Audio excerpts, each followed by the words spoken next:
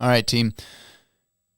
It is time for me to share my thoughts on this whole Castro thing. And I'm doing this because, not that anyone's really asked, but Dave Castro was a big reason that I did CrossFit, and I'll explain why I think that is in a bit here. But I think I've seen all these videos talking about, oh, what now? What's going to happen? The games are dead. I don't think that's the case. I'll talk about that later. But I think it's really important to acknowledge Dave's role in CrossFit and the expansion of CrossFit and the CrossFit Games role in that. So I wanted to touch on that first and then kind of talk about some of the, what now and what next things in just a bit. So first and foremost, outside of Greg Glassman, no one else has had the impact on our health and fitness other than Dave Castro. So Glassman created the methodology, and he set up the company in such a structure that it could, have a pretty low barrier of entry. But Castro was the one who sparked the idea for the CrossFit Games. The CrossFit Games became the main marketing vessel for CrossFit. And I think the affiliation numbers, I think CrossFit blew up, not just in the United States, but worldwide because of the CrossFit Games. CrossFit inherently, yes, it's a great training methodology, but without the CrossFit Games, I don't think it's as big of a thing as it is today. The CrossFit Games drew in highly competitive people, highly driven people, and those people, they saw an avenue to combine their passions and a career, and that led to this massive expansion of affiliation and affiliates. There was, like I said, a low barrier of entry, pay an affiliation fee, started out at $500 a year. It's up to like $3,000 or $3,500 or something a year now. Still very cheap. You had to have a level 1, so you had to go to a weekend seminar, pay $1,000. So you're looking at, $4,000 if, today. And you can open a gym. All you need is a little bit of equipment, some space. Boom, you're good to go. So, these early adopters of CrossFit, while some of them were like, wow, this is a really cool training methodology, I think a lot of people, once the games came around, that's when, things started to explode. It was because they started doing it at an affiliate. They loved the sport, and they maybe had some disagreements with the current owner and wanted to do it themselves. They wanted to open their own affiliate or saw it as an opportunity and were like, hey, it's not that big of a barrier. I can do this. So the expansion of CrossFit and how fast it expanded, yes, it was set up by the low barrier of entry, but so many people knew about CrossFit because of the games, and it got people hooked because of the games. There was something to train for year round. Their fitness that they were doing had a purpose. It was something, this alternative to just running or just going to the gym and lifting weights for bodybuilding. Like, it was this whole new sport. And, wouldn't have been a sport without the games as this end prize sort of thing. So, Dave creating the games, building the games, making the games into what they are, and having that be the main marketing vessel of CrossFit, you can really point to that and say that is why CrossFit is what it is. And furthermore, Dave was apparently, I just found this out, I was listening to Savan's podcast, he didn't get paid for the games. He was only paid for his role on the seminar staff, the director of training. So he started out, he was one of the first people to ever lead seminars outside of Greg.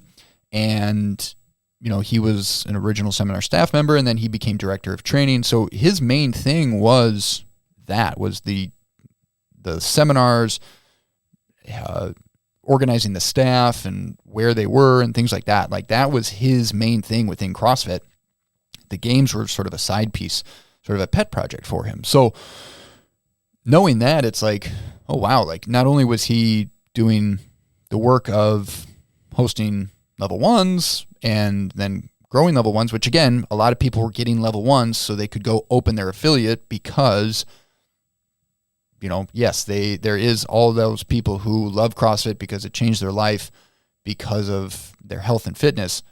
But I think a lot of the early adopters, and the reason it caught on like wildfire in those years was because of the sport of it. And maybe that's just me projecting my own experience onto others, but from what I saw within the Chicago area community and how it blew up, those were the people who were competitive, who were training for the games. Like, those are the people who had the time and the commitment to run an affiliate.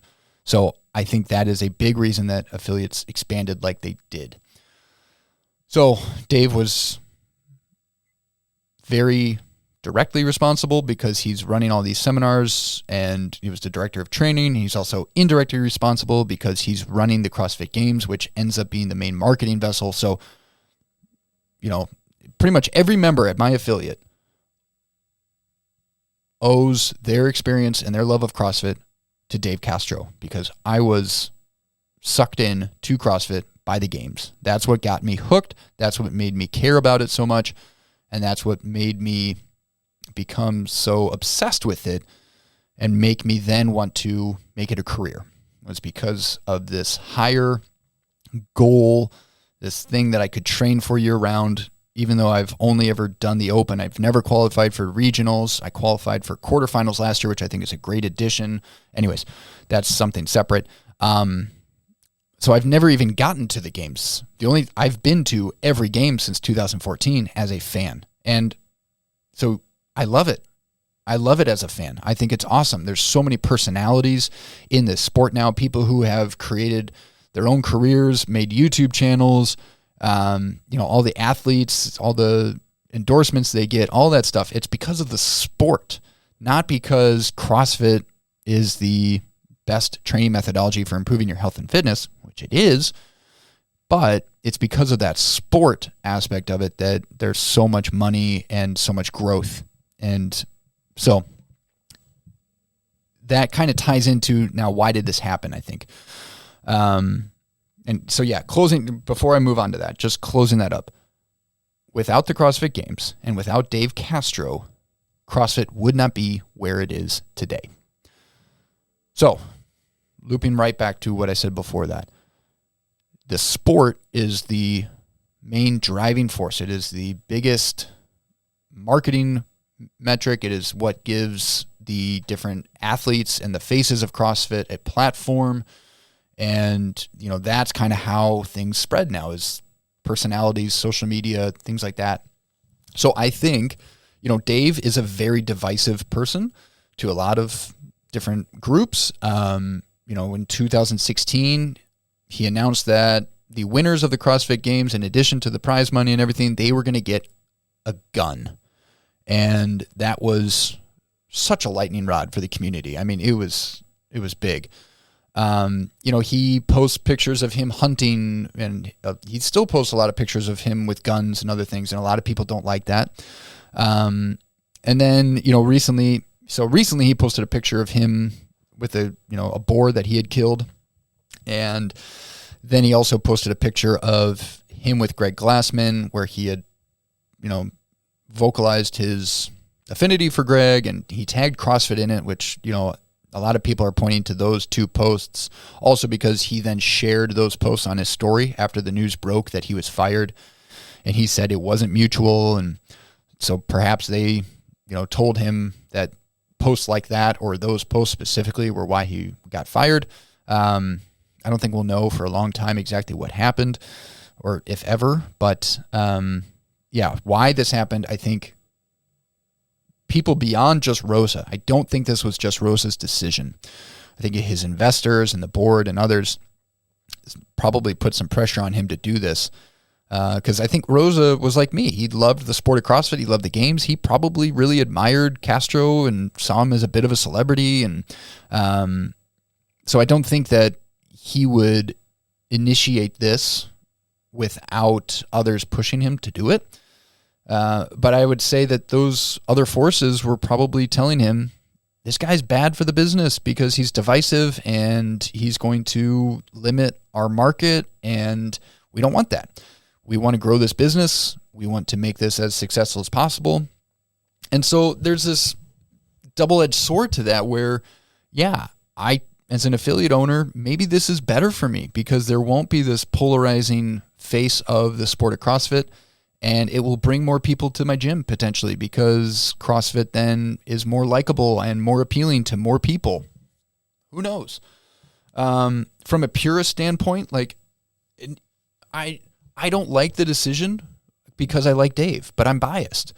Like I said, I've been to every game since 2014. I love running CrossFit events, competitions, and I've got a lot of inspiration from Dave for those things. So I have a huge bias in that sense, but I am in a wait and see mode because I don't think this is going to be the downfall of the CrossFit Games. There's still a lot of people involved who have been there for a long time and will make this whole spectacle, this whole sport grow and still do well, I think. So yeah, I don't think that this happened.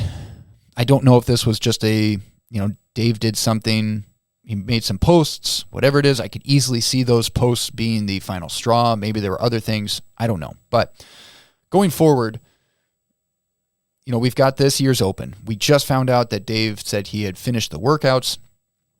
So people on social media who aren't happy about this are like, Dave, you should post the workouts, stick it to them. He's not going to do that.